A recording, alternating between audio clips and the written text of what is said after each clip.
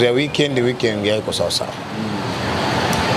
Mimi sitakuzungumza sana. Shida ni nini kwa sababu kwenye historia nadhani wewe ni mtu wa mpira na umecheza mpira, haijatokea kufungwa na Azam mara 2 mfululizo, yani kwa maana kwenye ligi, yani mechi zikaongozana mkao mnapoteza. Of course huwa mnapoteza, lakini sio mara 2 mechi zinakuwa zinaongozana. Shida ni nini? Mavara, mpira ni mchezo wa wazi. Mpira unapokwenda kuchezwa kwenye dimba, kila mmoja ambaye mtu wa football akiamua kufuatilia, basi ni mchezo ambao unaonekana hivi. Naamini inawezekana ukaamini umeuliza swali gumu sana, lakini mimi na imani kwamba wewe umekwenda kuuliza maswali yepesi mno. Shida ya Simba ni wachezaji wa Simba. Clear. Wachezaji. Liko wazi.